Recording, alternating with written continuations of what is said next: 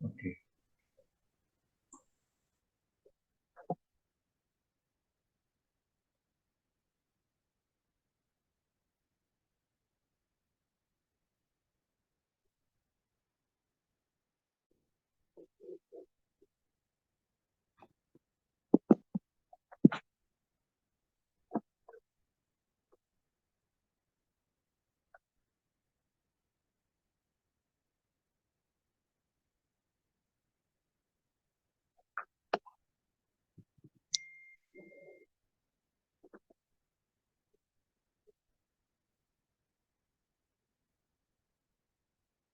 Oke, sudah terlihat ya Ya, untuk sudah terlihat. Silahkan bisa dimulai presentasinya. oke, selamat siang Pak Imam dan juga teman-teman semuanya. Hari ini saya dan juga sahabat Patricia akan melakukan presentasi mengenai storytelling with data part 2. Oke, eh, kali ini yang kita bahas ada lesson 4 dan 5 ya teman-teman untuk pertemuan kali ini, di mana saya akan menjelaskan tentang part 4 dan Elizabeth Patricia akan menjelaskan tentang uh, lesson 4. Elizabeth Patricia akan menjelaskan tentang lesson 5. Yang pertama adalah ensuring clear meaning. Jadi dalam kita menyampaikan sebuah data, kita harus memastikan bahwa uh, arti dari data yang kita berikan itu harus clear dan juga dapat diterima dengan baik oleh dapat diartikan dengan baik oleh audiens kita. Nah, jadi di sini uh, selain data yang baik, kita juga harus memiliki desain teknik yang baik sehingga kita dapat meningkatkan pesan yang kita sampaikan dan memperkaya visual yang kita berikan kepada audiens kita. Nah, untuk memastikan bahwa arti yang makna yang kita berikan kepada audiens itu tersampaikan dengan baik, kita dapat menggunakan beberapa teknik visual seperti judul, subtitles, terus dan juga visual-visual lainnya. Oke, yang pertama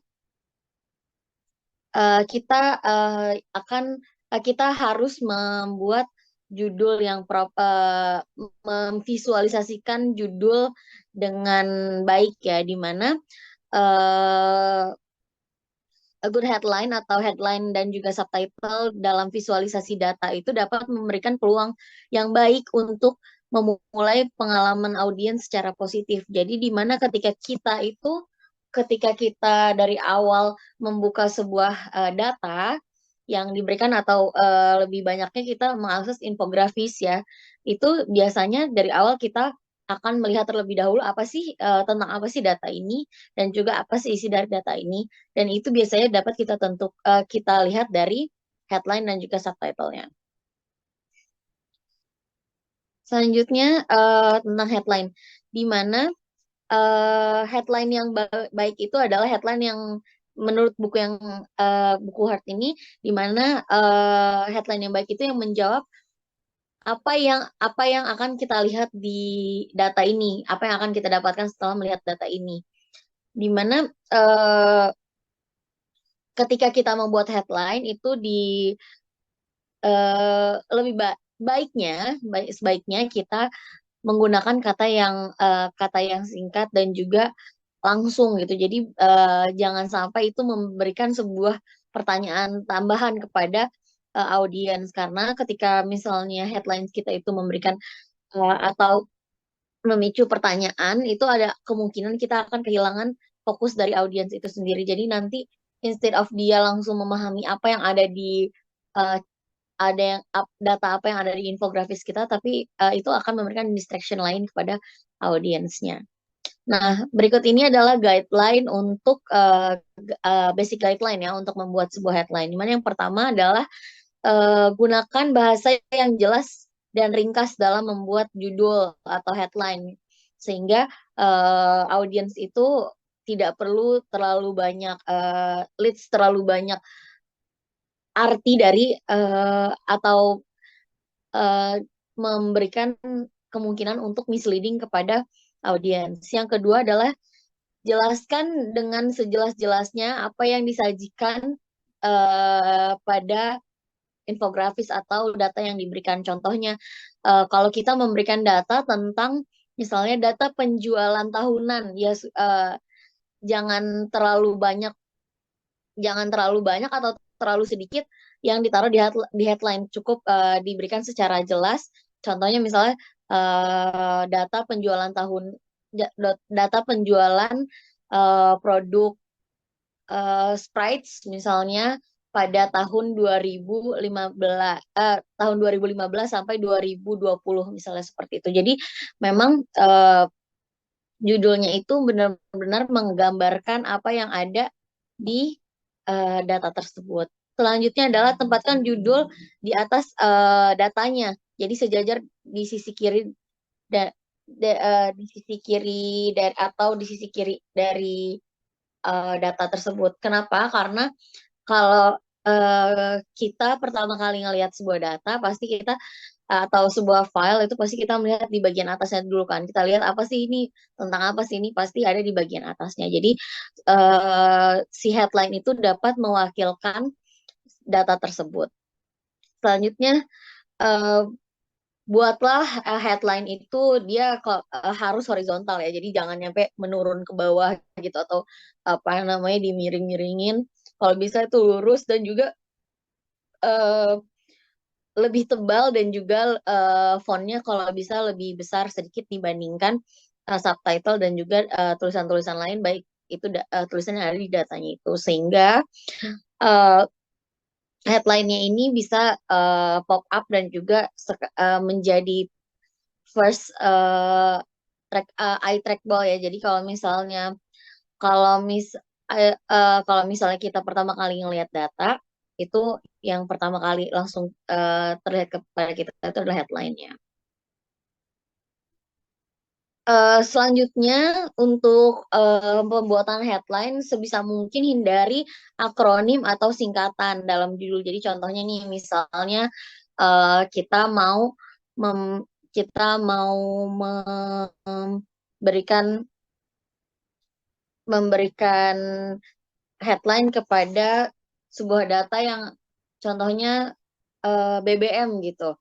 Kalau misalnya itu adalah BBM itu merupakan akronim atau singkatan yang memang sudah umum dan orang banyak tahu, mungkin masih bisa kita gunakan. Tapi ketika itu merupakan singkatan yang misalnya contoh PPIM, kita menggunakan PPIM. Ketika misalnya orang yang ada dari PPIM mungkin akan mengerti apa itu PPIM. Tapi ketika misalnya kita memberikan data itu kepada pihak eksternal, maka orang akan bingung apa itu PPIM, kenapa disebut PPIM. Sedangkan data yang ingin mereka cari adalah mungkin lulusan dari program pasca sarjana ilmu manajemen, tapi mereka tidak paham bahwa PPIM itu adalah singkatan dari kalimat tersebut. Selanjutnya, hindari penggunaan judul yang clever headlines ya di sini, terlepas dari seberapa nyaman Anda dengan kata tersebut. Jadi maksudnya di sini jangan terlalu menggunakan kata-kata yang terlalu berat. Contohnya misalnya uh, kita mau kita mau menggunakan misalnya data tentang kesetaraan gender gitu, dan bagaimana sebuah standar ganda itu tetap teraplikasikan di sebuah daerah. Nah, walaupun memang misalnya kita lebih nyaman dengan penggunaan kata double standards atau dengan gender equality, kalau bisa ketika kita memberikan sebuah headline dan itu diberikan kepada misalnya orang Indonesia, maka lebih baik gunakanlah kata-kata yang lebih gampang untuk dimengerti oleh kebanyakan orang, dibandingkan dengan kata-kata yang terlihat keren atau bagus dan atau nyaman hanya bagi kita saja gitu. Selanjutnya, yang kedua adalah subtitles, di mana subtitle itu adalah bagian yang berisi sebuah kalimat atau beberapa kalimat yang dicetak yang dituliskan langsung di bawah judul dan di atasnya data tersebut. Subtitle berisikan deskripsi singkat tentang wawasan yang ingin diambil atau diketahui oleh seseorang dari visualisasinya. Jadi melalui subtitle ini analis secara efektif memberitahu audiens bahwa inilah hal yang harus Anda pikirkan setelah Anda melihat apa yang data yang disajikan gitu.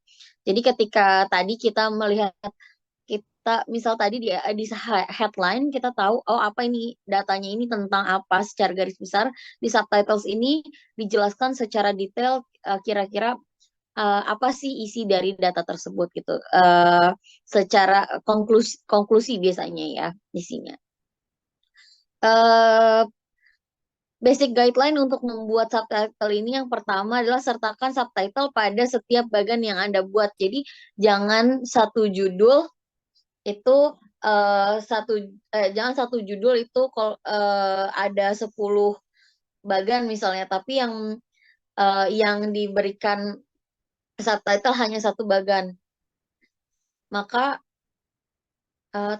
sorry teman-teman, ini yang gak gerak ya.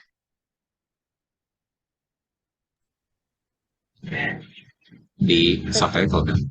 Oh, di subtitle kan ya? Oke. Jadi sorry tadi sertakan subtitle di setiap bagian. Jadi jangan sampai kita punya 10 charts tapi yang diberikan subtitle hanya satu. Jadi yang lain itu nanti audiens tuh bingung kira-kira ini sebenarnya subtitle-nya untuk yang mana ya, atau misalnya dari 10 bagian yang subtitle-nya dijadikan satu di satu paragraf. Kalau bisa itu dipisah-pisah sesuai dengan bagian-bagiannya. Terus yang kedua,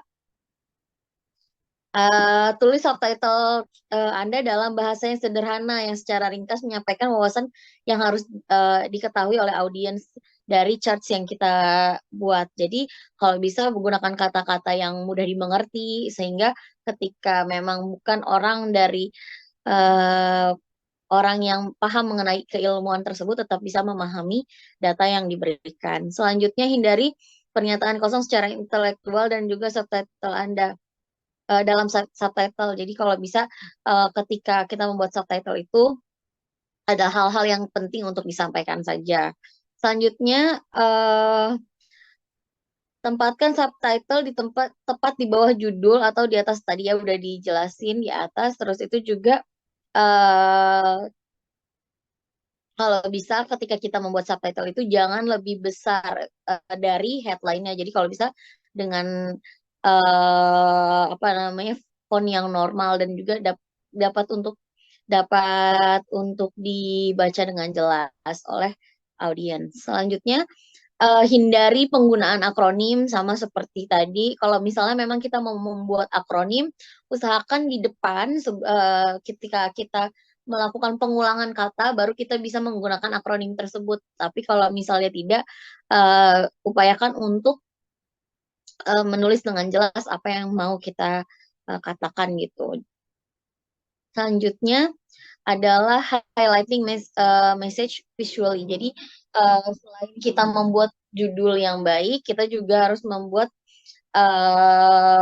meng-highlight pesan-pesan penting yang ada di data kita secara visual. Oke, selanjutnya. Jadi ada 3 cara untuk meng-highlight pesan penting yang ada di data kita. Yang pertama dengan menggunakan visual cues atau dengan tanda-tanda visual ya, di mana visual cues ini biasanya bisa menggunakan panah, box, kita berikan box gitu di tempat-tempat yang penting, terus kita lingkari atau mungkin bisa kita berikan kayak semacam shading gitu ya di data tersebut, sehingga seperti contoh di gambar ini kan diberikan shading di belakangnya untuk mempertegas bahwa ada data yang penting di charts yang di shade ini. Nah,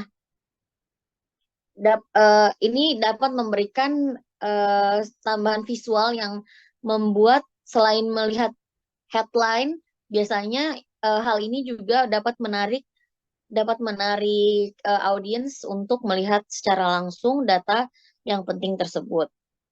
Untuk melakukan visual cues ini, biasanya kita akan membuat cues-nya itu adalah hal yang gampang dipahami. Jadi kalau bisa untuk membuat ini jangan pakai jajar genjang gitu ya, untuk kita nge-highlight-nya. Kalau bisa gunakan squares atau kita gunakan lingkaran. Itu karena orang-orang sudah cukup paham bahwa ketika itu dilingkari atau diberikan kotak, itu adalah arti dari data tersebut kita highlight gitu. Nah, terus yang kedua juga ukur kebutuhan visual cues dengan menyajikan data Anda dengan dan tanpa isyarat tersebut. Jadi kalau misalnya kita mau meng-highlight, ya berarti yang kita highlight benar-benar sesuatu yang penting aja. Jadi jangan semuanya itu kita highlight. Kalau terlalu banyak highlight yang kita berikan, maka itu akan membuat orang bingung. Kira-kira sebenarnya apa sih yang mau di-highlight, kok ini semua datanya tuh kayak di-highlight semua gitu. Jadi usahakan hanya benar-benar data yang terpenting aja yang kita highlight.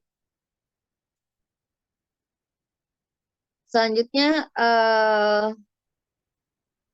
ketika kita misalnya nih udah tahu nih kita membuat data itu yang cara meng-highlightnya seperti ini dan itu sudah kita buktikan bahwa itu efektif untuk dilakukan, maka gunakan terus hal tersebut dan jangan terlalu sering berganti-ganti sehingga itu membuat audiens kita sudah mulai menghafal gitu. Oh, si analis ini tuh membuat highlightnya dengan cara memberikan lingkar merah ya gitu. Jadi ketika dia next membuka data yang kita buat lagi, mereka udah paham, oh ini bagian-bagian pentingnya seperti itu. Selanjutnya adalah memberikan anotasi atau annotations ya, dimana memberikan annotations ini adalah memberikan seperti penjelasan lagi kepada data atau charts yang kita tampilkan. Contohnya seperti yang ada di gambar ini. Jadi kita kayak menarik garis sedikit gitu, menarik garis atau panah biasanya untuk menjelaskan apa sih arti dari bagian-bagian dari charts yang ada seperti itu. Selanjutnya adalah labeling item directly, di mana ketika kita memberikan label secara langsung ini, misalnya kayak kalau kita buat charts gitu, kita langsung memberikan kasih panah, oh ini tentang misalnya Januari, yang ini Februari, yang ini Maret gitu. Jadi kita langsung di charts itu langsung kita kasih label sehingga ke audiens itu lebih gampang untuk memahami bagian-bagian mana sih yang informasi bagian mana yang di-highlight oleh si analis tersebut gitu.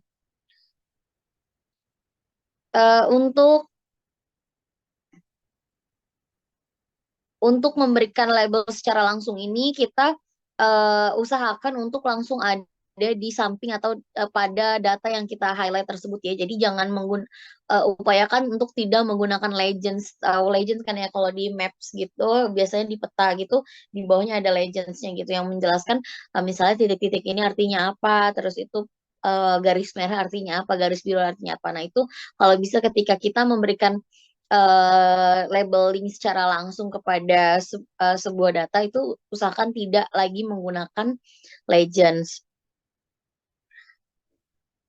Terus upayakan label yang kita berikan itu berada berdekatan dengan item yang ingin kita berikan label tersebut. Contohnya misalnya garis gitu. Nah, kalau bisa di samping garisnya itu, setelah garisnya itu selesai, langsung sudah diberikan label tersebut.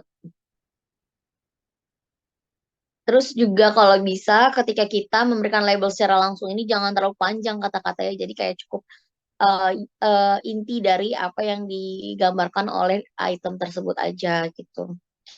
Dan juga gunakan warna yang memang berbeda dari yang lain ya. Jadi kalau misalnya warna backgroundnya itu warnanya biru, kalau bisa kita gunakan warna-warna lain yang bisa membedakan bahwa itu adalah sebuah highlight. Selanjutnya adalah word on leveraging emotions. Jadi sebuah kata uh, yang meleverage sebuah emotions itu adalah dengan membuat hubungan emosional dengan audiens melalui data yang kita jelaskan, bahwa wawasan yang kita ungkapkan dan juga gaya yang kita sajikan dapat membantu memastikan pesan yang kita sampaikan itu untuk mudah diingat. Jadi kalau bisa ketika kita menyajikan sebuah data itu kita memberikan highlight-highlight tertentu dan juga memberikan penekanan-penekanan tertentu dalam hal-hal penting yang ada di data yang kita sampaikan tersebut. Kenapa? Karena hal itu dapat membuat audiens itu merasa nyaman untuk melihat data kita, di mana mereka benar-benar bisa tahu dalam beberapa detik melihat data kita, oh ini benar data yang kita butuhkan, atau oh ini bukan data yang kami butuhkan gitu. Jadi ketika misal mereka melihat satu atau dua kali melihat data kita atau charts yang kita berikan, itu mereka langsung bisa mengingat dengan baik, oh iya ini data ini menjelaskan tentang hal tersebut gitu. Dan juga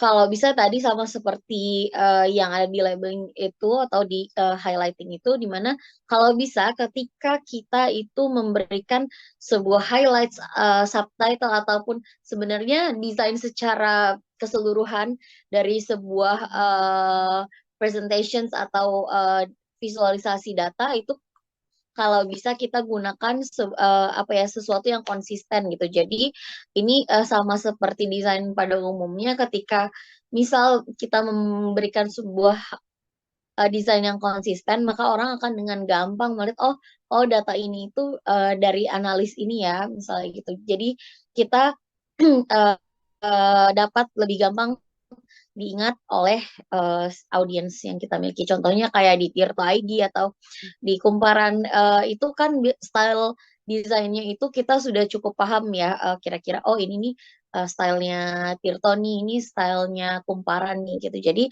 hal-hal tersebut kalau bisa dipertahankan secara konsisten, sehingga itu akan membuat audiens kita merasa nyaman dan juga mengingat dengan baik bahwa tanpa harus melihat siapa credits dan source yang memberikannya, itu mereka sudah hafal, oh ya ini adalah charts yang dirilis oleh analis ini gitu. Oke, mungkin itu aja untuk lesson 4. Selanjutnya akan dilanjutkan dengan lesson 5 oleh Elizabeth Patricia.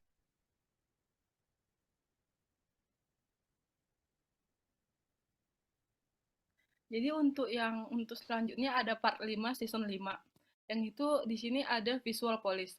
Visual police itu memiliki peran penting dalam memastikan elemen-elemen untuk mendukung data agar tidak terganggu. Jadi emang pedoman ini untuk itu tuh mencakup pemilihan warna, penggunaan jenis huruf, dan elemen-elemen yang khusus dalam grafik. Dengan menerapkan pelaksanaan yang baik, analisis dapat memastikan grafik mereka tidak mengalihkan perhatian. Selanjutnya, Mbak.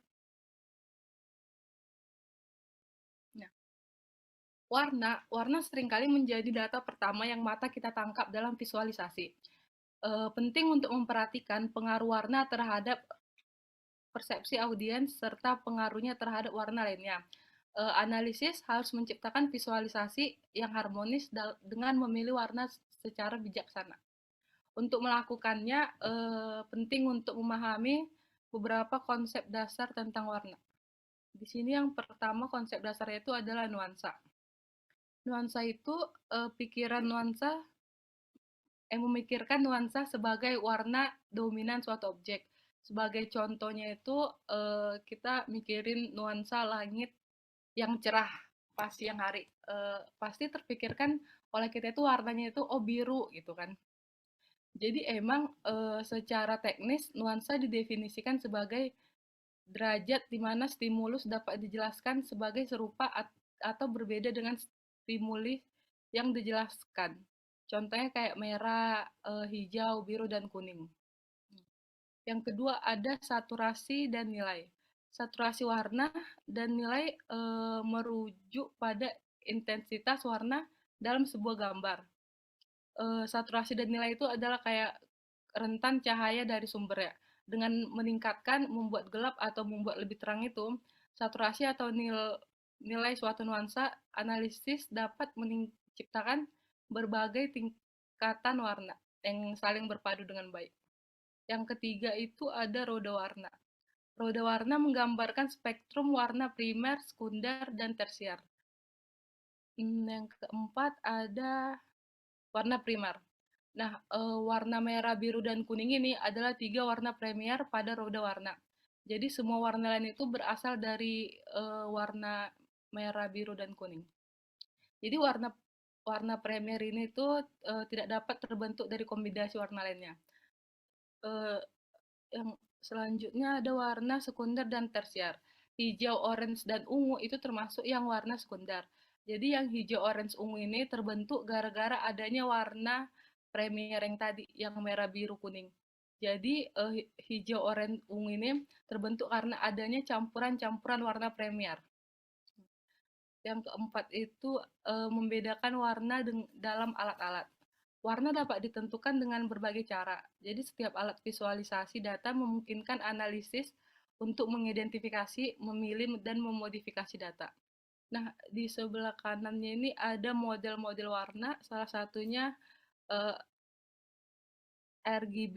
RGB itu adalah model warna adiktif, yang merah, hijau, dan biru digabungkan untuk menciptakan berbagai macam warna. Yang di bawah ada CMYK atau disebut juga warna proses atau 4 warna. Ini model warna subtraktif yang digunakan dalam pencetakan warna dan juga digunakan untuk menggambarkan proses pencetakan. Terakhir ada yang hex, warna hex, kode hex. Hex kode ini menggambarkan komposisi suatu tertentu dalam ruang warna tertentu. Jadi warna ini tuh terbentuk pada dengan nilai desimal berkisar dari 0 hingga 255. Selanjutnya, Mbak. Nah, untuk selanjutnya ada tema warna harmoni. Tema warna harmoni ini mengandalkan 2 atau 3 warna utama dengan penambahan warna hitam, abu-abu netral, dan putih. Jadi membentuk kumpulan nuansa yang mencukupi dan mudah dikelola. Jadi untuk menciptakan agar warnanya tercipta harmoni dalam pemilihan warna, jadi tema harus memadukan warna-warna yang saling berfungsi untuk meningkatkan visualisasi tanpa menciptakan gangguan. Yang pertama itu ada tema warna monokromatik. Monokromatik ini menggunakan satu nuansa warna dengan variasi saturasi dan nilai. Tujuannya itu adalah meminimalkan gangguan warna dan menciptakan kesatuan visual. Yang kedua ada tema warna analog. Analog ini menggunakan warna-warna yang berada bersebelahan di roda warna. Jadi kombinasi ini menciptakan harmoni warna yang menyenangkan di mata. Yang ketiga ada tema warna komplementer. Komplementer menggunakan warna-warna yang berada secara langsung di seberang satu sama lain di roda warna. Yang keempat ada tema warna komplementer terpisah. Jadi menggunakan warna-warna di kedua sisi warna komplementer pada roda warna. Yang kelima ada tema warna triadik. Triadik ini jadi memilih 3 warna dari roda warna yang terletak secara sempurna berjarak satu sama lain. Jadi tema ini menghasilkan kombinasi warna yang kontraks, yang cerah dan harmonik yang menarik. Untuk selanjutnya bisa dinaikin suaranya nggak? Iya. Enggak Terlalu kecil ya, Pak. Iya. Nah, di dunia sekitar 4,3% penduduk dunia itu mengalami gangguan penglihatan warna. Jadi penting bagi analisis untuk mempertimbangkan hal ini saat memilih palet warna. Menggunakan 2 atau 3 nuansa dengan variasi saturasi yang berbeda, serta menggunakan warna hitam, abu-abu, dan putih. Jadi teknik ini memungkinkan adanya kontraks yang dapat diterima oleh semua anggota audiens tanpa mengesampingkan mereka yang memiliki gangguan penglihatan penglihatan warna. Selanjutnya, Mbak.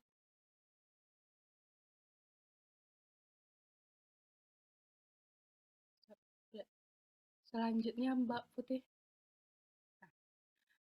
Untuk menciptakan grafik yang baik, diperlukan perhatian terhadap detail dan penerapan pedoman yang tepat. Jadi kita harus memperhatikan elemen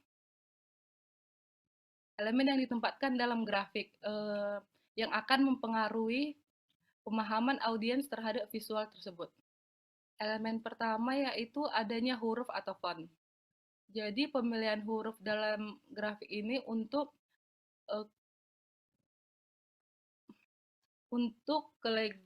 legibilitas dan pemahaman audiens. Contohnya huruf seperti Comic Sans atau kayak tulisan tangan yang cocok untuk presentasi dan huruf-huruf yang serius dan praktis. Di sebelah kanannya ada basic guidance dan pro tipsnya untuk memilih font yang baik. Yang kedua ini ada label. Label itu untuk memastikan arti yang jelas. Lebih baik menggunakan label daripada kata kunci atau agenda. Selain itu, biar grafik tetap rapi, sebaiknya menghindari memutar teks dalam presentasi. Itu apa nih ini caranya?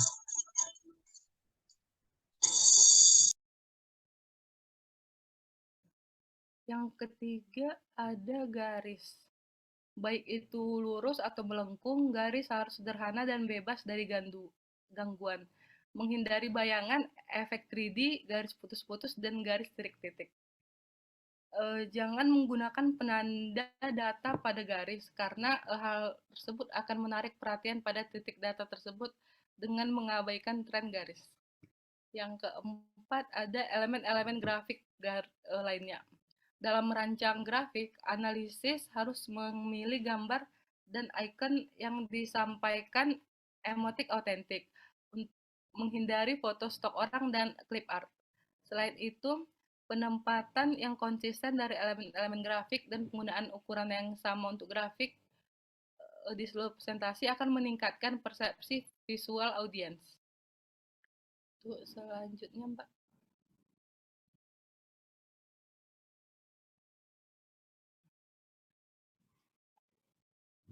Menguji untuk meningkatkan visual.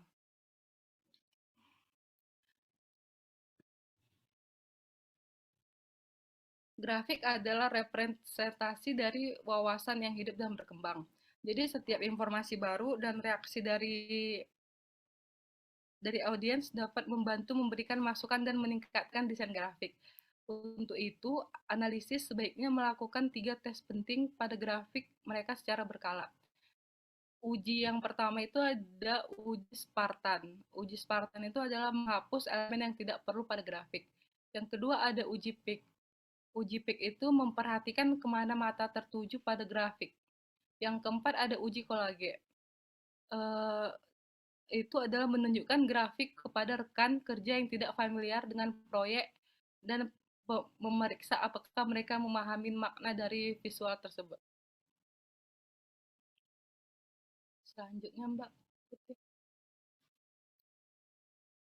Nah, pentingnya untuk memiliki fleksibilitas dalam menggunakan berbagai alat desain dengan menggabungkan visual dari aplikasi seperti Excel dan menggunakan alat desain seperti Powerbank, Keynote, atau Photoshop itu dapat menciptakan visual yang lebih baik dan menyesuaikan elemen desain sesuai kebutuhan.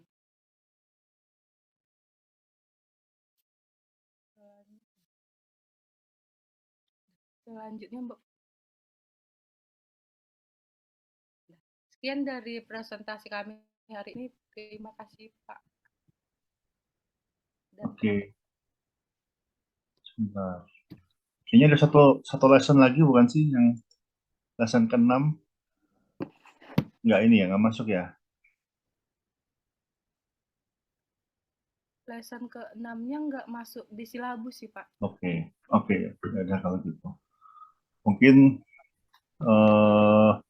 kita buka sesi tanya jawab aja. Mungkin ditampung dulu ya. Mungkin 3 penanya. Setelah itu nanti akan saya bukakan breakout room, memberikan kesempatan bagi presenter untuk mendiskusikan. Oke, silahkan. Ya, ada satu ya, Vinesha. Mungkin 2 penanya lagi. Ya, mungkin Vinesha silahkan. Mohon presenter mencatat pertanyaan dari Vinesha ya. Oke, makasih Pak. Makasih kelompok terakhir udah presentasi. Tadi sebenarnya mau tanya soal headline sama subtitle. Jadi kan sebenarnya storytelling by data ini nggak cuma buat eksternal ya, tapi buat internal juga. Terus divalidasi juga tadi sama adanya testing. Pas testing itu bisa ke colleague gitu ya, atau bisa ke teman kerja. Nah, kalau misalkan dirasa terlalu panjang atau headline-nya itu terlalu banyak yang mau di-highlight gitu ya datanya, bisa nggak sih kalau pakai si apa namanya singkatan aja? Karena kan tadi katanya nggak boleh pakai akronim, terus kalau bisa ya di bahasanya tuh benar-benar formal gitu ya. Sedangkan kalau buat internal, sebenarnya bisa nggak sih dipertimbangkan gitu ya buat pakai akronim yang semua orang udah tahu gitu. Kayak contoh kalau di kantor tuh mungkin revenue dan lain-lain itu kan ada singkatan lain kayak GMV, order lah segala macam. Itu kan sebenarnya udah banyak yang umum gitu, apalagi kalau di internal. Kalau menurut teman-teman kelompok terakhir gimana? Terima kasih. Oke, tampung dulu ya, kelompok 5. Mungkin penanya kedua, apakah ada yang mau bertanya lagi? Silahkan. Oke, kalau nggak ada, saya bukakan breakout room dulu. Oke, silahkan kelompok 5 untuk bergabung di breakout room mendiskusikan jawabannya. Atau langsung dijawab atau mau diskusi dulu? Kayaknya bisa langsung dijawab gitu. sih, Pak. Oke, ada kalau gitu silakan. Oke, kalau ya Mbak Venus, thank you pertanyaannya. Kalau untuk sorry. Kalau untuk headlines tadi, karena headlines dan subtitle tadi ya, kalau untuk data yang memang itu untuk internal dan sifatnya ke akronim itu adalah akronim yang umum, mungkin memang ketika itu terlalu panjang, dan catatan itu memang adalah hal yang sangat umum dan juga hampir semua orang dari pihak internal itu memahami akronim tersebut. Tapi ada baiknya kalau misalnya memang akronim itu digunakan di headline, itu tetap diberikan arti dari singkatan tersebut di subtitle gitu. Karena subtitle itu kan sebenarnya agak panjang juga nggak apa-apa ya gitu. Jadi untuk di kalimat pertama yang menggunakan akronim tersebut, kalau bisa misalnya tadi kayak misalnya PPIM, itu di kalimat awal diberikan dulu program pasca sarjana ilmu manajemen dalam kurung PPIM tutup kurung. Jadi sehingga nextnya ketika orang melihat kata itu lagi sudah paham bahwa PPIM itu adalah program pasca sarjana ilmu manajemen gitu. Jadi kalau bisa memang tetap diberikan penjelasan apa itu arti dari singkatan tersebut itu di subtitlenya gitu. Jadi walaupun misalnya memang itu kata-kata yang sudah umum, tapi untuk lebih mempermudah orang untuk memahami, kalau bisa tetap diberikan arti dari akronim tersebut. Tapi kalau misalnya memang nggak terlalu panjang, sebisa mungkin jangan disingkat lah gitu. Mungkin Pak Imam ada yang mau ditambahkan? Oke, mungkin gimana Mbak Vinesha? Nah, berarti nanti akan redundant sama legend-nya gitu nggak masalah ya berarti? Karena kan nanti di legend sebenarnya dibahas lagi kan ini singkatannya itu apa segala macam.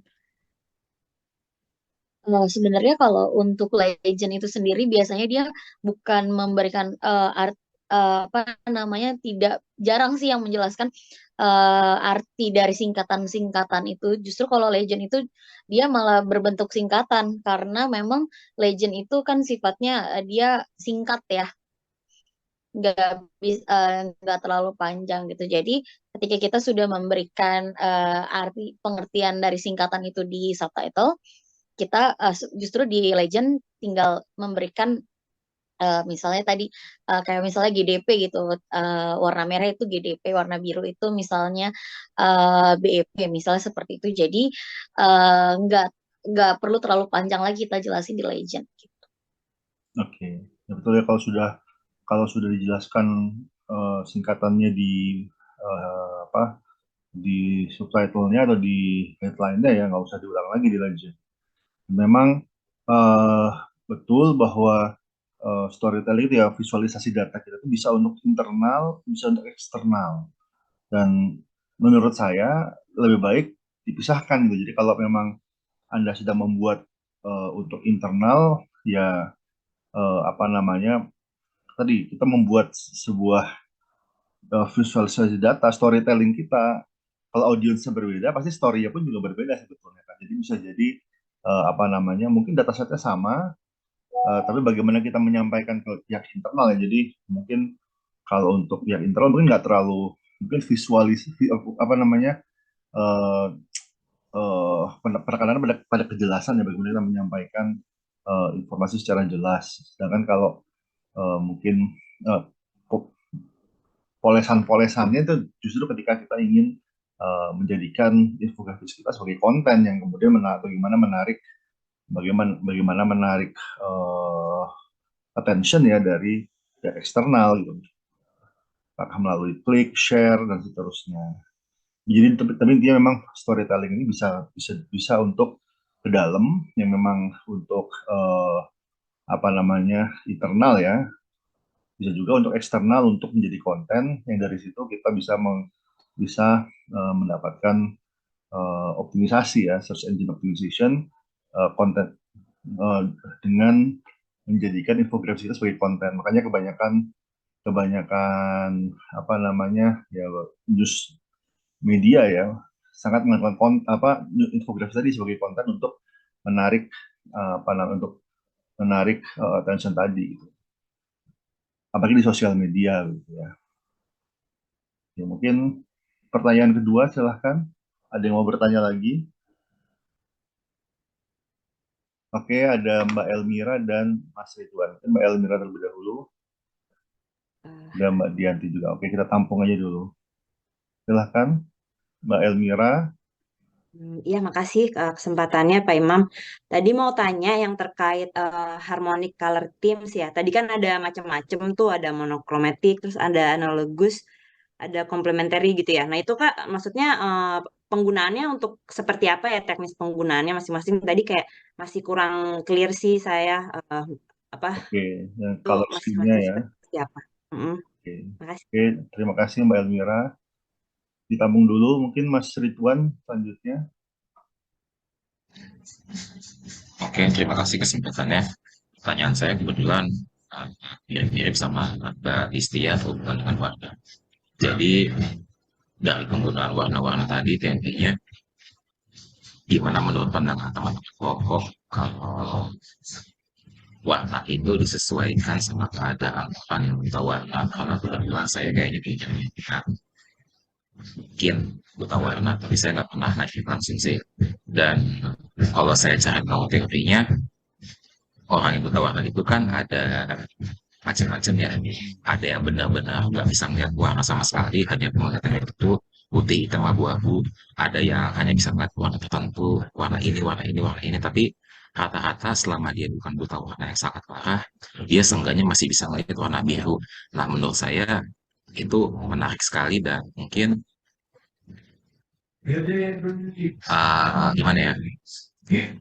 Bukankah akan lebih enak kalau penggunaan warna itu hanya memanfaatkan radiasi warna biru aja? Dan itu kelihatannya di dalam nggak ada simpan itu. Penanganan kelompok gimana? Kasih. Oke, poin yang sangat menarik ya tentang bagaimana infografis kita inklusif ya, termasuk bagi orang-orang dengan apakah fully colorblind atau partial colorblind, karena memang ada derajat-derajatnya ya untuk colorblind ya. Ini ditampung dulu. Terima kasih Mas Ridwan. Yang berikutnya Mbak Dianti, silahkan. Iya, makasih Pak. Tadi kan dijelasin ya kalau misalkan dalam elemen tuh nggak boleh menggunakan stock image dari orang. Itu karena itu sebenarnya alasannya apa ya? Apa karena hak cipta atau apa? Terus alasan nggak boleh pakai clip art di presentasi itu apa ya? Sebenarnya di sementara tuh sebenarnya kita sering banget pakai clip art di presentasi-presentasi kita. Itu aja sih Pak. Ya, Makasih. very good point ya. Ini tentang stock picture dan clip art. Oke. Ini ditampung dulu. Kelompok 5, apakah mau diskusi atau mau langsung dijawab? Kalau mau diskusi, silakan masuk ke breakout room. Mungkin saya beri waktu berapa menit, 10 menit untuk mendiskusikan. Diskusi dulu kali ya Pak. Kenapa? Mau diskusi dulu. Ya, silakan masuk ke breakout room kalau begitu. Oke, silakan kelompok 5 ya untuk menjawab pertanyaan tadi. Untuk menjawab pertanyaan Mbak Elmira tadi, yang terkait harmonic color itu penggunaan warna RGB, CMYK, dan hex itu. Nah, itu kapan sebaiknya kita menggunakan warna itu? Jadi emang untuk warna-warna itu mungkin lebih ke web designer ya. Jadi emang kalau web designer itu dia tuh harus mengetahui semua jenis-jenis palet warna ini. Nah, terus kapan menggunakan warna RGB? Itu tuh RGB itu seringkali digunakan untuk desain on screen yang muncul di TV, komputer, dan smartphone. Jadi hasil karya digitalnya itu akan lebih baik ketika menggunakan karya RGB. Untuk CMYK itu seringnya itu digunakan untuk kartu nama, poster, atau kayak kemasan produk. Jadi biar warnanya itu pas dicetak terlihat lebih tajam dan akurat pas dicetak. Untuk yang di selanjutnya itu yang satu lagi tuh yang hex itu biasanya untuk mempresentasikan warna. Jadi itu bisa sering pakai sama desainer web, memilih warna yang paling sesuai dengan desain webnya. Gitu aja sih Pak, jawabannya. Mungkin Bapak ada yang mau nambahin? Oke. Dan mungkin color scheme tadi intinya sebenarnya adalah readability ya, bagaimana infografis tadi atau visualisasi data tadi bisa dengan mudah dibaca. Tapi ternyata memang readability tadi tergantung pada medianya gitu kan. Apakah mau di print sebagai billboard, apakah mau ditampilkan di televisi ataukah ditampilkan di di layar gitu ya, di handphone atau di PC, itu ternyata berbeda-beda gitu kan. Jadi bahkan kalau di website pun color scheme dari website-nya pun juga mempengaruhi gitu, misalnya apakah dark mode atau light mode misalnya, yang seperti itu ternyata ada pengaruhnya gitu. Jadi bisa membuat infografis kita misalnya jadi nggak kelihatan atau jadi nggak mencolok. Jadi banyak faktor sebetulnya yang harus diperhatikan ya. Tapi intinya adalah kontras. Mungkin kalau boleh dikatakan kontras dari warna jangan sampai nggak kontras ya, jadi nggak sampai kurang kontrasnya sehingga nggak kebaca, jadi kan susah untuk diketahui ini tentang apa. Apalagi tadi mungkin kalau ada aspek color blind, mungkin itu pertanyaan selanjutnya. Ya mungkin silahkan atau mungkin tadi ini pertanyaan dari Mbak siapa namanya, Mbak Listia ya. Mbak Elmira. Oh ya, Mbak Elmira, silakan Mbak Elmira, mungkin ada pertanyaan follow up mungkin. Udah sih, udah jelas kurang lebihnya. Makasih Oke. penjelasannya. Mungkin pertanyaan selanjutnya pertanyaan Mas Ridwan ya. Untuk pertanyaan Mas Ridwan terkait buta warna ya. Jadi mungkin emang kalau buta warna ini sebisa mungkin memberikan kontras warna yang jauh untuk menghindari warna-warna yang mirip kayak pink atau ungu. Jadi biar kayak orang-orang yang buta warna itu nggak sulit membedain mana pink mana ungu. Jadi kayak itu nggak usah dimasukin dua warnanya tuh. Kalau mau ungu ungu aja, kalau mau pink pink aja gitu. Mungkin ada yang mau ditambahin? Jadi oke. Jadi kalau ini sebenarnya agak tricky ya jawabnya karena aku juga sebenarnya kurang paham bagaimana masing-masing orang yang buta warna itu membedakan warna gitu ya. Tapi mostly sih sebenarnya tentang kontras ya Mas Ridwan ya. Bagaimana kita mengatur kontras yang baik antar masing-masing data gitu. Kalau misalnya tadi kayak Mas Ridwan prefer mengatakan bahwa warna biru itu lebih gampang dibedakan ya oleh orang yang buta warna, baik itu ini yang parsial. Tapi kalau yang total gitu kan memang biasanya abu-abu ya, dia abu-abu dari putih sampai dengan hitam gitu. Nah itu sebaiknya memang penggunaan kontrasnya sih gitu. Jadi misal kita pakai warna biru, jadi mulai dari biru muda sampai dengan biru yang cukup tua itu kalau bisa kontrasnya jangan terlalu dekat gitu. Sehingga memang walaupun itu terlihatnya abu-abu tapi masih ada kontras yang berbeda sehingga orang yang buta warna total sekalipun masih tetap bisa membedakan warna yang kita gunakan gitu. Dan juga jangan menggunakan pengulangan kontras yang sama gitu. Jadi kalau misalnya data A pakai kontras yang lebih terang terus itu semakin berbeda semakin gelap misalnya seperti itu. Jadi usahakan menggunakan kontras atau brightness warna yang sangat cukup beda ya, sehingga walaupun warna itu tidak bisa dibedakan oleh orang tersebut, minimal dia bisa membedakan dari kontras warnanya. Mungkin ada masukan dari Mas Ridwan? Ya, kontras oke sih memang. Ini saya juga lagi buka seperti apa sih dunia di mata orang yang mungkin buta warna. Iya.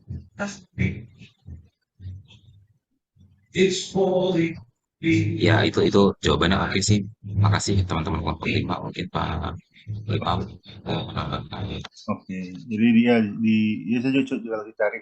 Jadi ada situs yang who can use. Jadi mungkin kita bisa semacam tes itu ya, ngetes kalau skema kualitas seperti ini bagaimana terlihat oleh orang yang antara yang fully colorblind atau yang partial colorblind ya. Karena ada macam-macam ternyata di sini. Saya juga baru tahu ada ada trik, ada protanomali, protanopia, dan seterusnya, ada banyak sekali macam-macam colorblind ya. Kemudian apa namanya, ya mungkin salah satu kan kita ingin lebih inklusif ya, bagaimana data visualisasi yang kita keluarkan itu dapat dibaca oleh semua orang gitu kan, tidak tidak mengeksklud sebagian orang yang mungkin memiliki disabilitas. Dalam hal ini adalah dan bisa menangkap warna-warna tertentu. Jadi kita bisa melihat kalau misalnya skema warna yang kita pakai ternyata bisa terlihat oleh berbagai macam tipe colorblind tadi, artinya bisa dipakai gitu. Bagus untuk dipakai karena apa namanya tidak membingungkan ya, tidak membingungkan. Tapi kalau misalnya ternyata skema warna yang kita pilih ternyata bagus, tapi ternyata ada kelompok yang mungkin yang tidak bisa menangkap, maka sebaiknya nggak dipakai, karena tadi kita ingin story yang kita sampaikan ini di capture oleh semua orang gitu kan, oleh tidak mengeksklud sebagian kelompok, apalagi dengan sebab tadi disabilitas. Jadi mungkin salah satu langkah ekstra, tapi itu mungkin secara etika juga ya, secara etika kita lebih fair gitu ya terhadap audiens kita kalau kita kita tes dulu apakah skema warna yang kita pakai ini bisa dilihat oleh semua orang, atau secara nggak sengaja kita mengeksklud sebagian audiens ya, karena ternyata skema warnanya terlalu. Kalau saya mata saya juga kurang ini ya, kurang tajam terus terang. Tapi bukan soal warna, soal ukuran font. Jadi jadi kalau ukuran fontnya terlalu kecil udah nggak kelihatan sama sekali. Jadi apa namanya? Jadi saya merasakan juga kalau misalnya mahasiswa presentasi ya, kemudian gambarnya itu fontnya itu terlalu kecil sehingga susah baca.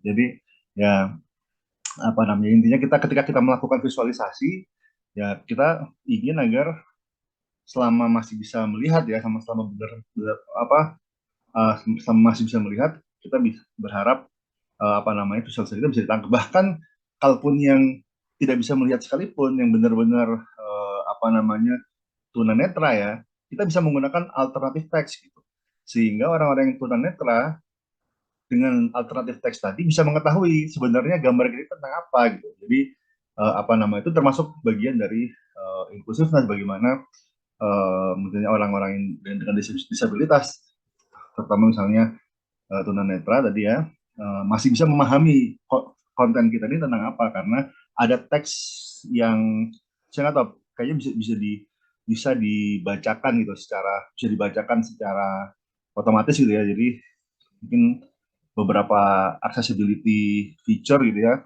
kalau diklik dia akan bilang teks ini tentang ini, jadi tetap bisa dipahami oleh apa oleh semua orang. Nah, dan bisa membantu untuk search engine juga, bahkan jadi bisa diindeks apa teks dalam alternative teks itu bisa diindeks sehingga gambar kita bisa lebih mudah diakses. Mungkin itu yang bisa saya tambahkan ya. Oke, mungkin pertanyaan selanjutnya. Oke, untuk pertanyaan dari Didi ya, tadi terkait dengan stok foto dan juga clip art.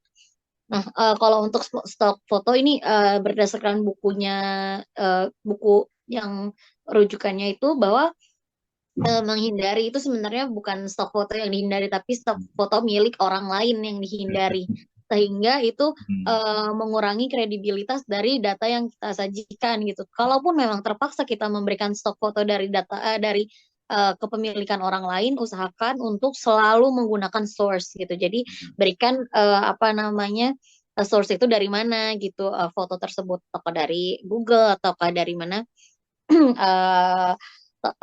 Dan sebisa mungkin gunakan source yang memang itu kredibel gitu ya. Jadi sebenarnya bukan nggak boleh pakai foto, tapi boleh pakai foto, tapi jangan mencuri stok foto orang lain gitu. Itu yang pertama. Terus yang kedua itu sebenarnya adalah yang memang kita ketika membuat infografis kan lebih menarik ya kalau misalnya kita pakai gambar-gambar gitu. Nah, tapi di sini yang ditekankan itu adalah clip art gitu. Jangan menggunakan clip art dan gunakan icon gitu. Jadi memang yang dilarang itu clip art gitu. Nah, ini mungkin saya izin share screen sedikit ya Pak ya. Silakan. Oke, jadi untuk nah, jadi sebenarnya yang dilarang itu adalah yang bentuknya clip art gitu. Jadi ini adalah contoh clip art. Kenapa? Karena dianggap terlalu apa ya, lucu gitu ya desainnya, sehingga itu menurunkan rasa hormat atau apa ya, integrity dari si data yang kita sajikan itu sendiri gitu. Nah, dibandingkan menggunakan clip art mungkin yang bentuknya lebih apa namanya, lebih dinamis seperti ini, kita disarankan untuk menggunakan icon. Jadi yang sifatnya lebih apa ya, lebih formal lah gitu desainnya. Jadi sehingga icon itu bisa tetap memberikan ornamen-ornamen atau penegasan dari infografis atau data yang kita sampaikan, tapi tidak membuat jadi seolah-olah datanya itu data yang apa ya, maksudnya bukan sebuah hal yang entertaining gitu. Jadi hal tersebut merupakan ya memang data yang serius, dan juga hal tersebut kita gunakan hanya untuk membantu kita memahami infografis yang kita sajikan gitu. Jadi tidak menambah nilai, misalnya nilai media ataupun entertaining yang ada di infografis kita gitu. Tapi kembali lagi ya, kalau sebenarnya sekarang sudah banyak banget uh, infografis yang memang malah justru diberikan secara kartun gitu. Nah, tapi kalau misalnya memang itu dari awal konsepnya memang kartun, itu sebenarnya nggak ada masalah sih Mbak Didi, tapi memang tetap diusahakan walaupun itu bentuknya kartun, informasi yang disajikan itu disesuaikan gitu. Jangan nyampe kita memberikan informasi yang terkait apa namanya hal-hal penting. Misalnya Mas ini nih Mas Ridwan nih dia menyajikan data tentang misalnya saham gitu. Nggak mungkin kan dia menyampaikan data tentang saham itu menggunakan clip art dan juga apa namanya kartun gitu. Pasti orang lihat ini data siapa nih yang buat gitu, kenapa data seperti ini. Nah, tapi ketika misalnya itu infografis tentang misalnya hal-hal yang sifatnya tidak terlalu serius, contohnya misal kayak infografis 5 jajanan hits di mana di Depok misalnya gitu.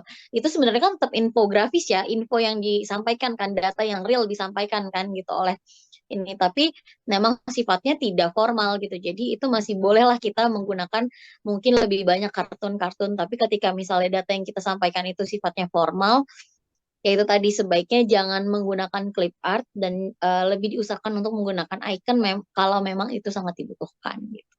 Mungkin ada tanggapan dari Didi? Berarti semua elemen itu tergantung dari konsep dari infografisnya itu ya.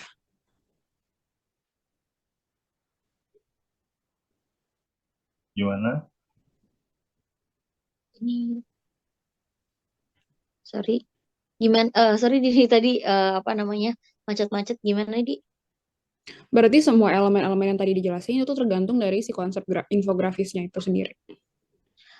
Ya, itu tadi lebih penjelasan secara umum sih untuk kita membuat apa namanya infografis, tapi memang setiap hal kan pasti ada special case ya di setiap penggunaan special case itulah kita bisa misalnya memang ketika emang cocok untuk dilakukan maka special case itu bisa diterapkan gitu. Oke. Oke, terima kasih Mbak. Memang jadi ingat kadang-kadang mahasiswa S1 tuh ketika presentasi ya suka menambahkan clip art, malah kadang-kadang malah mendistract gitu ya, malah kadang-kadang malah membuat pesannya nggak tersampaikan, malah kalau memperhatikan clip artnya gitu. Jadi mungkin itu, jadi kadang yang simple seperti icon itu lebih, jadi apa namanya lebih enak dilihat juga, dan apa namanya tidak mendistract dari pesan utamanya yaitu data infografis. Oke, sini ada Mbak Julia, silahkan Mbak Julia.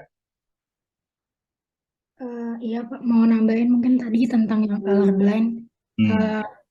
Teman saya tuh, saya baru ingat ada yang dia partial colorblind. Sebenarnya bukan web designer sih, cuman tapi dia fashion designer. Kalau misalkan buat ngebedainnya tuh dia biasanya lebih ke lines-nya gede, kecilnya dibedain.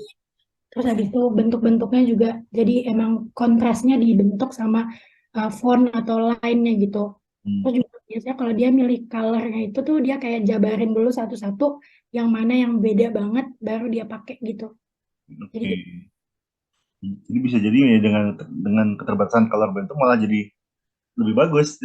Mungkin lebih bagus, karyanya jadi lebih bagus ya, lebih hati-hati lah ya. Mungkin kalau yang tidak colorblind, yang nggak ada disabilitas, mungkin kadang-kadang lupa gitu, nggak terpikirkan gitu. Sedangkan kalau ketika kita ya memiliki keterbatasan, justru kita malah sangat aware itu, sehingga apa infografis yang kita sampaikan jadi lebih, malah nggak cuma bisa dipahami oleh orang yang colorblind ya, tapi juga yang nggak colorblind juga lebih jelas gitu. Mungkin itu apa namanya pelajaran yang bisa kita ambil ya. Tapi tadi intinya adalah ketika kita membuat sebuah infografis, sebuah visualisasi data, itu kita nggak cuma menyampaikan fakta, kita memberikan sebuah storytelling gitu kan. Dan banyak elemen lah ya, berbagai elemen dari visualisasi tersebut itu contribute gitu. Jangan sampai elemen-elemen yang peripheral ya, yang elemen-elemen yang bukan intinya itu menutupi yang elemen intinya gitu. Misalnya tadi menggunakan clip art yang mungkin terlalu ramai gitu ya, sehingga malah mendistract dari pesan utamanya yaitu datanya atau analytics-nya. Oke, mungkin ada satu pertanyaan lagi mungkin sebelum saya tutup sesi tanya jawab dan kita masuk ke sesi diskusi kelompok. Oke, kalau nggak ada pertanyaan, jadi saya sudah buat di emas ya, jadi ada tugas, jadi kita mungkin setengah jam ke depan ya. Saya minta, saya copy aja ke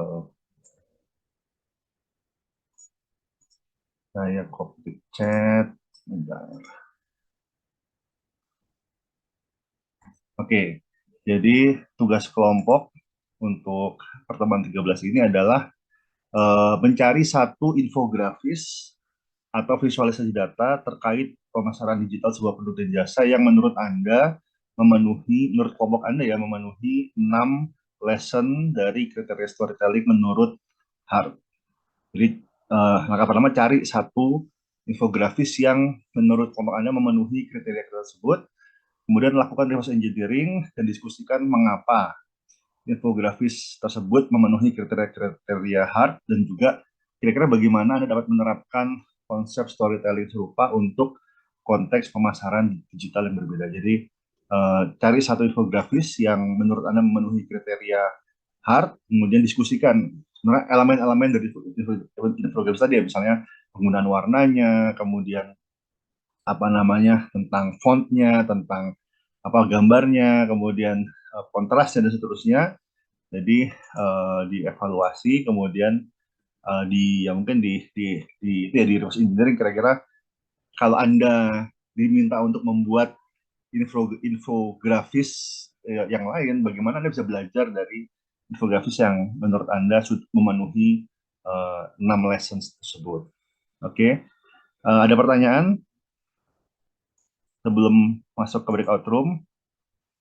Kalau begitu, sebentar. Silahkan bergabung ke breakout room. Sebentar. Saya pindahkan ke... Oke, silahkan bergabung. Ini Pak. Oke, ya gimana? Ini berarti kita jawaban atau hasil diskusi kita dibikin ke Word gitu Pak? Atau gimana? Dibikin PPT. Jadi, hasil diskusinya dibuat PPT slide ya. Jadi infografisnya di copy ke dalam PPT slide-nya, kemudian jawabannya hasil diskusinya ya, dirangkum dalam PPT slide dan dikumpulkan di emas. Jadi di emas sudah saya buatkan placeholder-nya ya. Placeholder-nya untuk ini. Sebentar. Untuk diskusi kelompok pertemuan 13. Jadi setelah ini tolong Anjir ada salah satu aja upload hasil diskusinya ke emas. Oke. Mungkin ada yang mau ditanyakan lagi? Nanti setelah setengah jam nanti saya akan minta mungkin nggak semua ya, mungkin 1 atau 2 kelompok untuk mempresentasikan.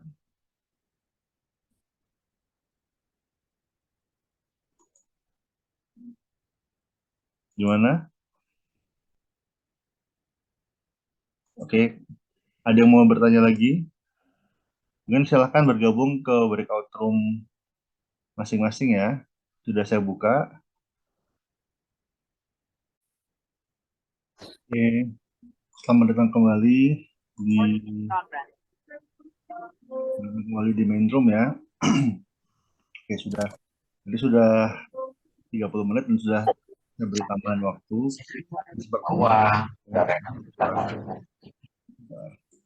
Oke, mungkin saya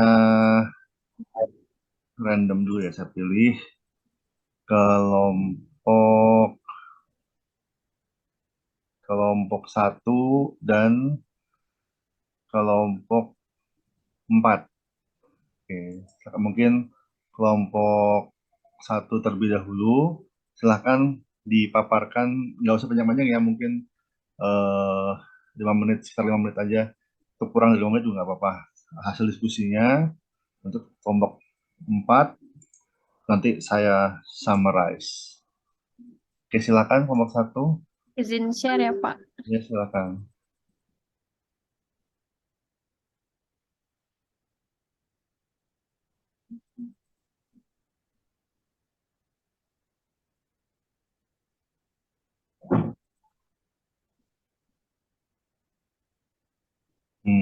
Oke.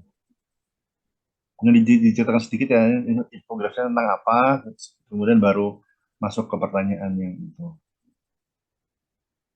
Oke, Pak, saya buka ya Pak. Untuk kelompok 1 kita pakai infografisnya dari ini kementerian apa ya tadi? Ya pokoknya Dari BPS. BPS tentang hasil sensus penduduk tahun 2020.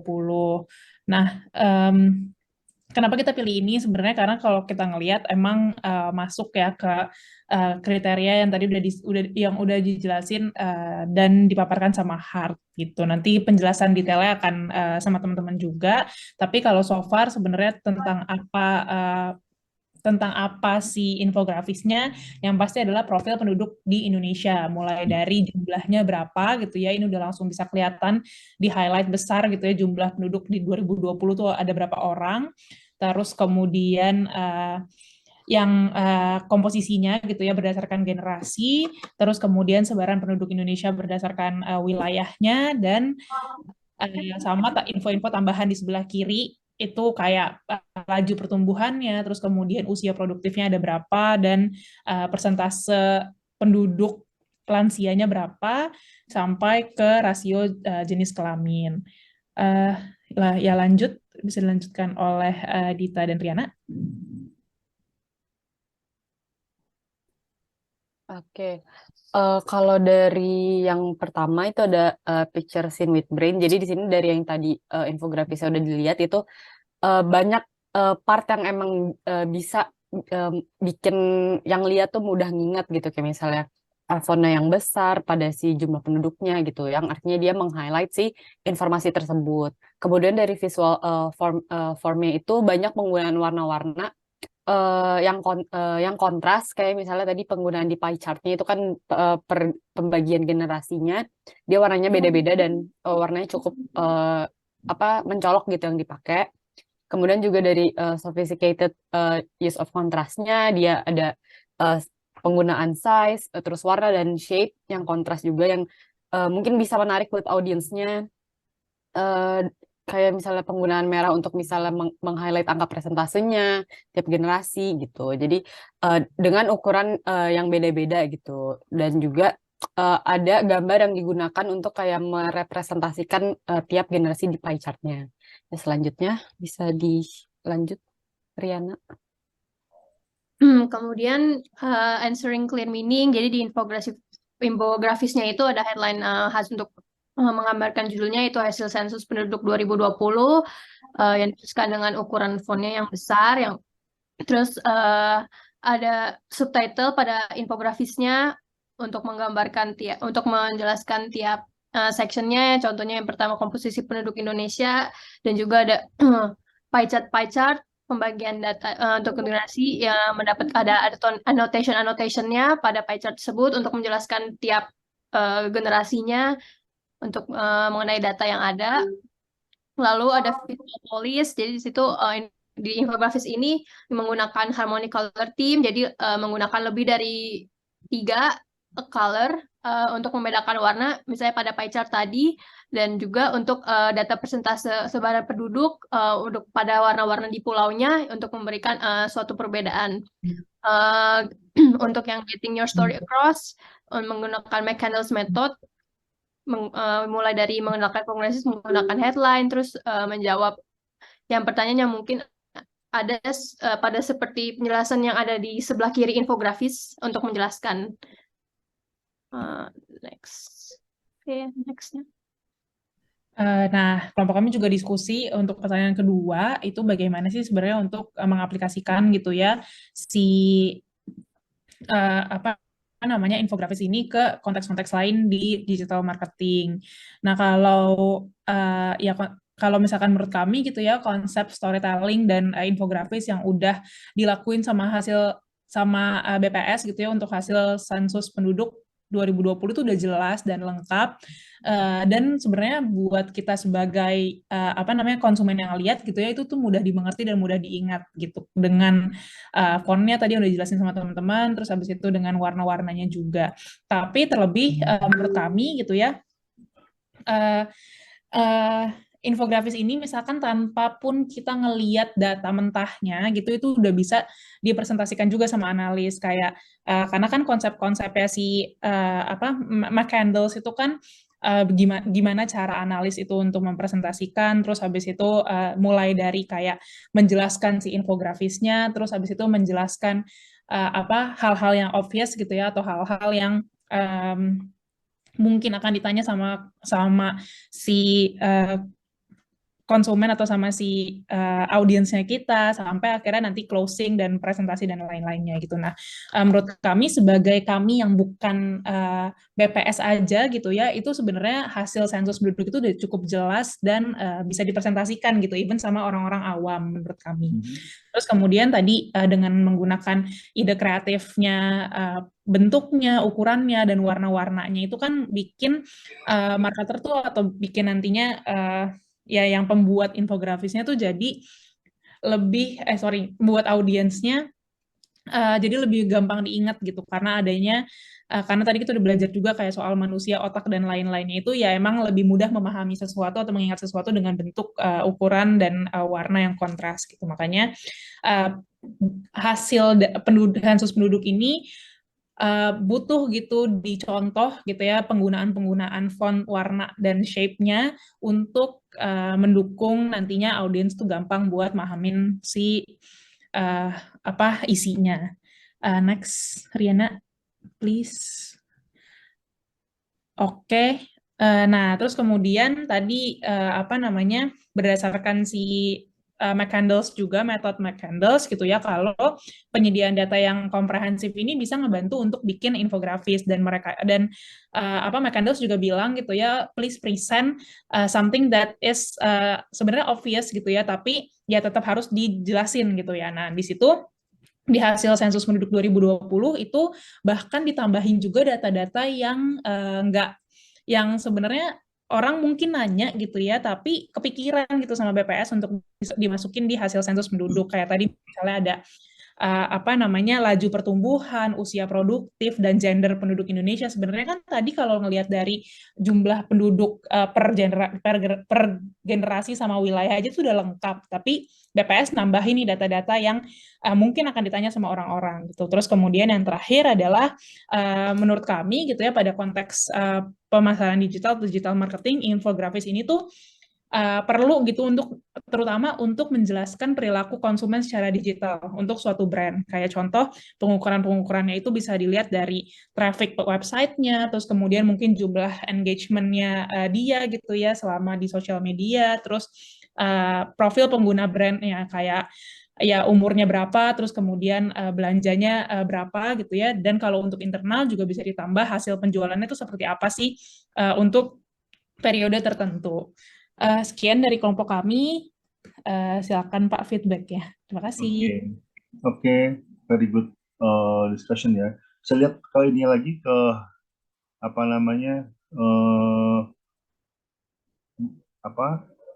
infografis BPS-nya lagi. Bentar, share. Oke. Cukup ini ya, cukup tadi tidak terdistract. Jadi ada arts-nya ya, tapi tidak mendistract dari pesannya. Mungkin kalau dia terlalu detail, terlalu realistis gambarnya malah membuat terdistract. Tapi cukup gambarnya cukup mewakili, tapi simple gitu, enak dilihat. Mungkin kalau saya kritikan saya cuma satu. Jadi ini melihat dari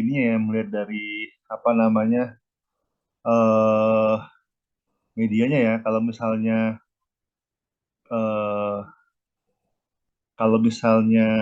medianya jadi banyak teks-teks yang terlalu kecil ya. Jadi kalau saya yang kecil malah nggak kelihatan. Jadi kadang-kadang ya yang terlalu kecil itu ya mungkin mungkin nggak terlalu penting ya, mungkin yang penting adalah yang di highlight yang besar-besar, angka yang penting. Cuman tadi mungkin beberapa teks-teks yang kecil kontrasnya masih agak kurang menurut saya, jadi mungkin itu yang bisa diperbaiki ya. Oke, tapi intinya ini termasuk salah satu contoh infografis yang bagus. Penggunaan warnanya juga, walaupun kan mungkin beberapa warna tidak bisa terlihat oleh orang yang memiliki terbatasan, tapi lines-nya masih bisa gitu. Jadi tidak membuat infografis ini nggak bisa terbaca oleh orang yang colorblind. Oke, good point. Kelompok 1. Mungkin yang selanjutnya kelompok 4. Kelompok 4, silakan. Iya Pak, mau izin share screen. Silakan.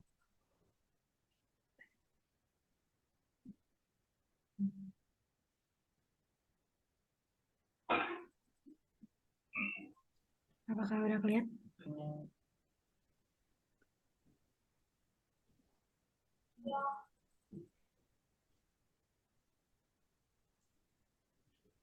Oke. Ini infografis apa ini? Ini infografis tentang ini Pak, efek dari homeless sama ability of housing, Pak. Di mana? Di Amerika ya? Iya, di Amerika. Oke. Ya Pak, jadi infografis ini menjelaskan tentang impact of ability housing sama impact of homelessness, yang dalam infografis ini tuh menyangkut mengenai informasi dari life expectancy dari homelessnya itu sendiri, terus lokasinya itu ada di Florida sama di Jacksonville, terus abis itu ada juga tingkat income-nya sama efeknya sama anak-anak gitu. Nah, infografis ini tuh mendapatkan data dari National Center on Family Homelessness dan United States Integration Council on Homelessness. Next slide, Joel, please. Selanjutnya mengapa infografis sebelumnya, Joel? Mengapa infografis atau visualisasi data tersebut memenuhi kriteria storytelling dari Hart? Yang pertama, ada headline-nya. Jadi headline-nya ini singkat dan menggambarkan infografisnya secara keseluruhan, terus mudah dibaca dan dipahami oleh audiens, dan dia tidak menggunakan singkatan-singkatan yang tidak dipahami oleh audiens. Selanjutnya untuk subtitle, jadi infografis ini tuh menampilkan subtitle juga dalam infografisnya. Di bawah grafik itu di bawah grafik atau persentase ya menampilkan penjelasan mengenai mengenai grafik tersebut. Contohnya pada grafik yang ada pada slide ini, itu menunjukkan satu icon manusia yang ditandai dengan warna vibrant, yaitu warna merah, yang berbeda di antara 5 icon lainnya, yang disertai dengan subtitle bahwa 1 dari 6 anak homeless ini memiliki gangguan emosional. Selanjutnya adalah visual message. Jadi infografis ini tuh menggunakan visual cues seperti yang dapat menjelaskan informasi secara efektif dan visualnya. Jadi visual yang digunakan itu tuh sifatnya sederhana juga, tetapi arti dari visual yang ingin disampaikan tuh dapat dengan mudah dimengerti oleh audiens. Selanjutnya akan dijelaskan oleh Julia.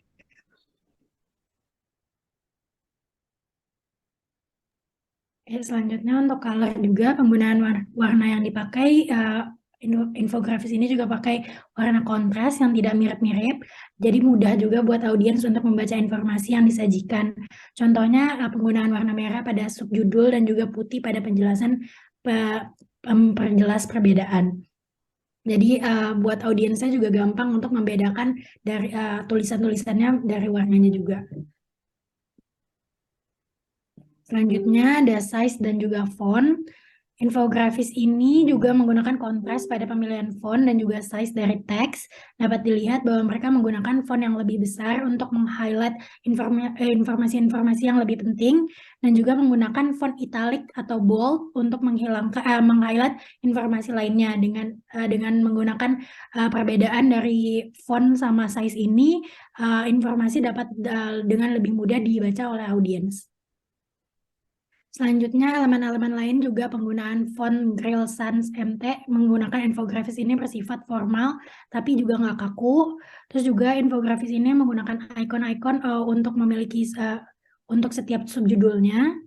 Juga untuk grafiknya sendiri, infografis ini menggunakan lingkaran yang jelas. Jadi dan penggunaan warnanya juga kontras, jadi gampang untuk audiens mengerti. Terus juga pada infografis ini dia memakai line untuk garis untuk membedakan seksi-seksi setiap segmen informasinya, jadi lebih jelas juga. Untuk pertanyaan yang B, bagaimana untuk menerapkan konsep storytelling yang serupa untuk konteks pemasaran digital yang berbeda? Jadi menurut kami untuk menerapkan storytelling yang serupa, kami akan menggunakan elemen-elemen yang sama seperti headline yang singkat tetapi jelas, subtitle yang jelas untuk menjelaskan gambar atau ikon yang ada, menggunakan visual cues yang sederhana tetapi juga jelas, warnanya juga yang kontras untuk memberikan perbedaan pada informasi agar mudah dimengerti, tetapi mungkin kita akan menambahkan elemen lain sebagai konsiderasi untuk audiens yang lain. Dan kami juga mungkin akan melakukan tes untuk warna yang akan digunakan. Elemen lain seperti size, font juga akan diberikan konsiderasi kontras agar memberikan efisiensi untuk audiens yang membacanya. Sekian dari kelompok 4, Pak. Oke, terima kasih kelompok 4. Bisa lihat ininya, bisa lihat infografisnya. Oke. Ya, maaf. Oke. Memang cukup ini ya. Pemilihan warnanya itu menurut saya pemilihan warnanya kalau yang biru saya oke sih, tapi yang hijau yang sebelah impact affordability housing beberapa menurut saya agak kurang kontras malahan dengan ini ya, dengan teks putih, kemudian backgroundnya hijau, itu menurut saya kurang kontras ya. Sebenarnya kalau aturannya kalau nggak salah kalau misalnya teksnya putih itu harusnya warnanya lebih gelap gitu ya, lebih gelap. Kalau hijau ini dia agak-agak kurang gelap, jadi masih kurang kontras justru. Justru yang di sini ada yang teks merah backgroundnya biru malah juga nggak terlihat. Jadi intinya adalah kita harus hati-hati ya antara background, teks sama gambar. Jangan sampai misalnya warna merah bagus meng-highlight poin-poin yang penting ya yang harus digarisbawahi, yang mungkin semacam warning ini ada sesuatu yang bahaya nih, sesuatu yang harus diperhatikan. Tapi kalau backgroundnya gelap malah nggak kelihatan. Jadi itu yang harus saya perhatikan. Di penggunaan circle chart bagus. Saya tidak menyarankan menggunakan pie chart ya. Pie chart itu mungkin udah bosan kali ya. Orang intinya kurang atraktif ya. Sedangkan yang circle chart yang seperti ini lebih informatif, lebih mudah dipahami juga ketimbang pie chart. Walaupun sebenarnya mirip-mirip, tapi mungkin lebih nggak pasaran kali ya dibandingkan pie chart. Tapi overall jelas informasinya yang disampaikan. Mungkin tadi ada sedikit permasalahan kontras di bagian sebelah sini yang hijau ya dengan teksnya warna putih. Dan di sini teks warna merah malah agak kurang terlihat. Jadi hati-hati jangan sampai teksnya gelap, backgroundnya gelap, tapi harus dikontraskan. Kalau teksnya terang, backgroundnya gelap. Kalau teksnya gelap, maka backgroundnya harus yang terang. Gitu. Mungkin itu yang bisa saya tambahkan ya. Oke. Storytellingnya, terima kasih kelompok 4. Nah, mungkin kalau dari saya ini menjadi ini ya, bahwa data analytics itu atau marketing analytics itu ya tidak hanya data collection-nya atau olah datanya yang penting, tapi yang tidak kalah penting adalah storytelling-nya. Bagaimana kita mengconvey insight yang kita peroleh dari analitika itu kepada audiens. Jadi bisa juga membantu internal ya untuk kita optimisasi pemasaran digital kita menggunakan data yang mudah dicerna gitu ya. Jadi bagi internal marketing, infografis ini bisa membantu, infografis yang jelas ya bisa membantu decision maker gitu, apa yang harus dilakukan untuk memperbaiki kualitas pemasaran kita. Di sisi lain, infografis yang atraktif juga bisa menjadi faktor yang mengattract audiens, mengattract viewers, visitors di website kita. Jadi sebagai konten, ya, sebagai konten yang kemudian membuat website kita menjadi lebih baik search rank-nya gitu ya. Jadi intinya skill yang perlu dimiliki oleh semua orang ya, oleh marketers dan juga data scientist, tidak hanya olah data, tapi bagaimana mengkomunikasikan data tersebut dalam bentuk visualisasi yang mudah dipahami, mudah dibaca, dan engaging. Di antaranya dalam bentuk infografis dan juga visualisasi. Mungkin itu dari saya. Terima kasih teman-teman semua. Tolong yang semua kelompok ya, tolong diunggah hasil diskusinya di Emas. Jadi sudah ada placeholder-nya, nanti akan saya rekap semua aktivitas sebagai partisipasi, karena kita ada nilai partisipasi. Kemudian untuk minggu depan kita akan kuliah tamu, tapi kuliah tamunya itu